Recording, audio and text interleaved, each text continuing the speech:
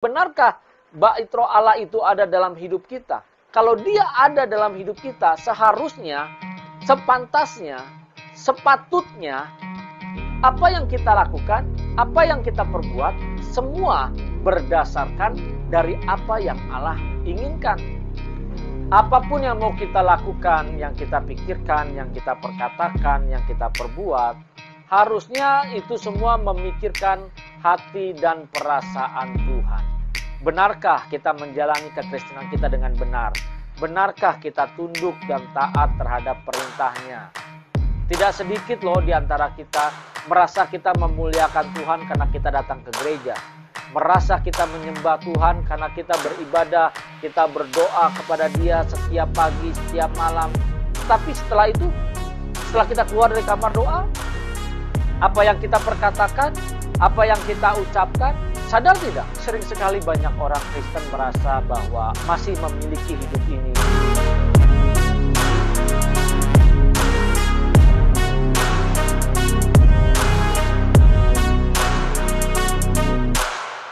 Firman Tuhan jelas katakan, tubuhmu adalah bait Roh Kudus yang diam di dalam kamu. Ingat, diam di dalam kamu. Jadi, kalau hidup kita masih mau menang sendiri, hidup kita, bicara kita masih tidak kita pikirkan terlebih dahulu, apa yang kita lakukan, apa yang kita buat, apa yang kita pikirkan, kalau kita tidak pernah pikirkan dahulu, benarkah sudah ada roh Allah dalam tubuh kita, dalam bait tubuh kita ini, dan Dia yang memerintah? Benar tidak? Ayo kita mulai renungkan, benarkah bait roh Allah itu ada dalam hidup kita? Kalau Dia ada dalam hidup kita, seharusnya, sepantasnya, sepatutnya, apa yang kita lakukan, apa yang kita perbuat, semua berdasarkan dari apa yang Allah inginkan. Ingat loh, hidup kita 24 jam. Harusnya kita tunduk dan taat. Dan firman Tuhan katakan bahwa kamu bukan milik kamu sendiri. Bapak Ibu Saudara yang dikasihi Tuhan, kalau handphone ini sudah ditebus oleh Bapak Ibu Saudara, berarti ini sudah bukan milik saya lagi. Berarti ini milik Bapak Ibu Saudara. Tetapi sering sekali kita merasa ini punya kita, pinjem dong, kita mau pakai, pinjem dong, kita mau coba hubungin teman, pinjem dong. Itu namanya belum ditebus. Kalau hidup kita sudah ditebus oleh Tuhan kita Yesus Kristus, kita tidak punya hak lagi. Apapun yang mau kita lakukan, yang kita pikirkan, yang kita perkatakan, yang kita perbuat, harusnya itu semua memikirkan hati dan perasaan Tuhan. Mari Bapak Ibu Saudara yang dikasihi oleh Tuhan Yesus Kristus, sadarlah bahwa hidup kita bukan milik kita lagi. Apalagi ketika kita mengundang kerajaannya masuk dalam hidup kita, memerintah. Jangan sekali-sekali kita berharap kita masih memiliki hak atas hidup kita ini. Karena hidup kita sudah sepenuhnya diambil alih. Hidup kita sudah sepenuhnya dirampas oleh Dia. Kalau mau jujur, kita sudah kehilangan karena kita dirampas semua. Kita hidupnya semua sudah diambil. Tidak ada lagi hak hidup di dalam diri kita. Kita harus menyadari ini. Mari, Bapak Ibu Saudara yang dikasihi oleh Tuhan Yesus Kristus, ini yang harus kita renungkan. Ini yang harus kita mulai sekarang perhatikan. Benarkah kita menjalani kekristenan kita dengan benar? Benarkah kita tunduk dan taat terhadap perintahnya? Tidak sedikit loh di antara kita merasa kita memuliakan Tuhan karena kita datang ke gereja. Merasa kita menyembah Tuhan karena kita beribadah, kita berdoa kepada Dia setiap pagi, setiap malam. Tetapi setelah itu, setelah kita keluar dari kamar doa, apa yang kita perkatakan, apa yang kita ucapkan, sadar tidak? Kalau firman Tuhan katakan, sebab kamu telah dibeli. Ingat, sebab kamu telah dibeli dan harganya telah lunas dibayar. Kita semua sudah dibeli dan sudah lunas dibayar. Bukan hutang, bukan kredit. Berarti sudah sepenuhnya. Hidupmu dan hidupku, hidup kita dirampas. Diambil bahasa kasarnya. Dirampas dan kita tidak punya hak lagi. Tetapi sering sekali banyak orang Kristen merasa bahwa masih memiliki hidup ini, sehingga merasa bahwa Tuhan belum memiliki hidup kita. Kalau ini yang terjadi, berarti kita belum tunduk dan taat kepada pemerintahan Bapa di surga. Kita belum taat kepada kerajaan itu. Kalau saat ini saja kita belum bisa tunduk, belum bisa taat, bagaimana nanti kita mau masuk di langit yang baru dan bumi yang baru, di mana Tuhan Yesus yang menjadi rajanya, kita terus apalagi kita mau memerintah bersama-sama dengan Dia. Loh, di dunia saja kita belum mau tunduk, kita belum mau taat, kita belum mengikuti apa yang menjadi kehendaknya. Bagaimana mungkin kita bisa memerintah bersama-sama dengan Dia? Mari kita renungkan Bapak Ibu Saudara yang dikasihi Tuhan Yesus. Sering sekali dalam hidup ini kita seperti itu. Sering sekali kita hanya mementingkan diri kita sendiri. Muliakanlah Allah dengan tubuhmu. Dikatakan muliakanlah Allah dengan tubuhmu. Berarti dengan seluruh hidup kita. Apa yang kita miliki, ayo kita muliakan. Berbicara muliakanlah Allah dengan tubuhmu, konteks terdalamnya adalah dengan karakter kita, cara hidup kita, perbuatan kita. Ayo, dengan cara inilah kita mulai mempersembahkannya kepada Tuhan, tunduk dan taat.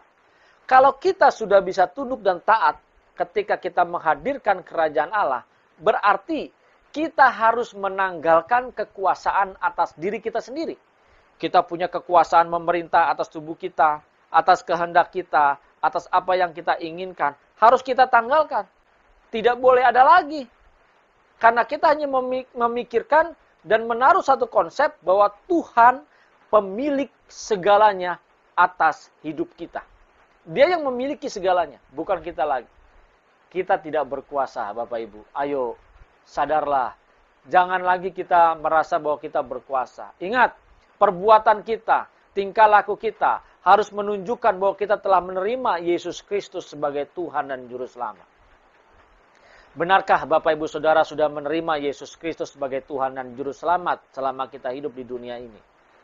Jangan sampai kita hanya berpikir dan berkata-kata, Tuhan, Engkaulah Tuhan dan Juru Selamatku. Tetapi perilaku kita tidak menunjukkan bahwa Yesus Kristus sebagai Tuhan dan Juru Selamat kita.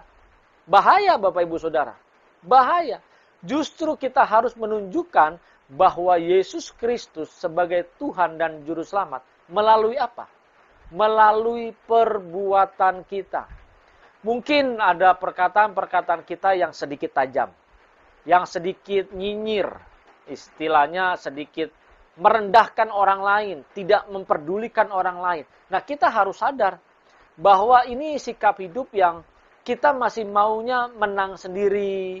Merasa kita masih berkuasa. Merasa kita paling hebat. Ayo, kita sudah mulai berubah. Jangan lagi kita memiliki sikap-sikap seperti ini. Firman Tuhan di dalam Yohanes 4 ayat 34 berkata, kata Yesus kepada mereka, makananku ialah melakukan kehendak Dia yang mengutus aku dan menyelesaikan pekerjaannya. Dikatakan, makananku ialah melakukan kehendak Dia. Apa sekarang yang menjadi kesukaan kita? Apa yang menjadi makanan kita? Adakah kita melakukan kehendak Dia? Atau justru kita melakukan kehendakku sendiri? Mari, ayo Bapak Ibu Saudara, kita renungkan, kita pikirkan apa yang menjadi makanan kita saat ini. Berbicara makanan, berbicara kesukaan, berbicara kehendak, apa yang menjadi kehendak kita saat ini? Benar tidak kehendak kita hanya melakukan kehendak Bapa?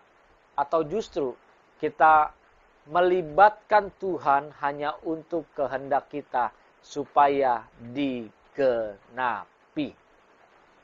Tidak sedikit loh orang Kristen justru melibatkan Tuhan bukannya untuk memenuhi apa yang Bapa inginkan, tetapi untuk memenuhi apa yang kita inginkan. Aduh, miris sekali Bapak Ibu Saudara yang dikasihi oleh Tuhan Yesus Kristus. Kalau kita mau mendatangkan kerajaannya, kita mau tunduk dan taat pada perintahnya. Ayo, Kita berarti harus menanggalkan kekuasaan atas diri kita, atas segala yang kita miliki. Jangan lagi kita fokus untuk menikmati segala dunia ini, segala kenyamanan dunia ini. Mari kita rubah cara hidup kita sehari-hari. Belajar step by step, kita rubah terus. Memang ini tidak mengenakan, memang ini menyakitkan, tetapi ini yang harus kita jalani. Supaya nanti ketika kita masuk di langit yang baru dan bumi yang baru, kita menghadapi tahta pengadilan Tuhan, kita berjumpa dengan Dia. Kalau kita mau memerintah bersama-sama dengan Tuhan kita Yesus Kristus, tunjukkan sekarang saat kita di bumi, kita memang mau memerintah bersama-sama, berarti kita harus ada kerjasama.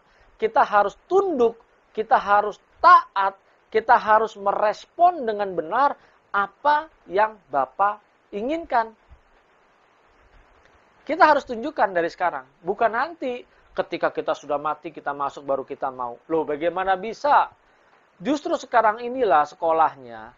Ketika kita hidup, inilah latihannya, inilah trainingnya. Bagaimana kita memberikan hidup kita sepenuhnya untuk tunduk dan taat. Bagaimana caranya? Rubah yang menjadi selera kita. Kalau selama ini selera kita masih menyenangkan daging kita, ayo rubah. Ingat loh, makananku ialah melakukan kehendak Dia. Berarti sekarang jangan lagi kita mengutamakan kehendak kita pribadi, tetapi kehendak Dia yang harus kita utamakan, yang harus menjadi nomor satu. Ingat, kita harus melakukannya mulai sekarang. Mari Bapak Ibu Saudara yang dikasihi oleh Tuhan Yesus Kristus. Jangan sampai justru kita malah gagal. Kita malah salah. Kita merasa kita sudah tunduk. Kita merasa kita sudah mengikuti apa yang menjadi kehendaknya. Tetapi ternyata kita hanya mengikuti kehendak kita sendiri. Kita tidak mengikuti apa yang Bapa inginkan. Mari Bapak Ibu Saudara, sekaranglah waktunya.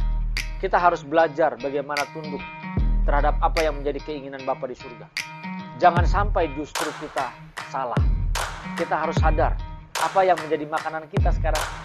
Ayo, kalau kita masih senang menyenangkan daging kita, ego kita, emosi kita, manusia daging kita, berubah. Sekarang, bukan nanti ketika kita mati, tetapi sekarang saat kita masih hidup di dunia ini.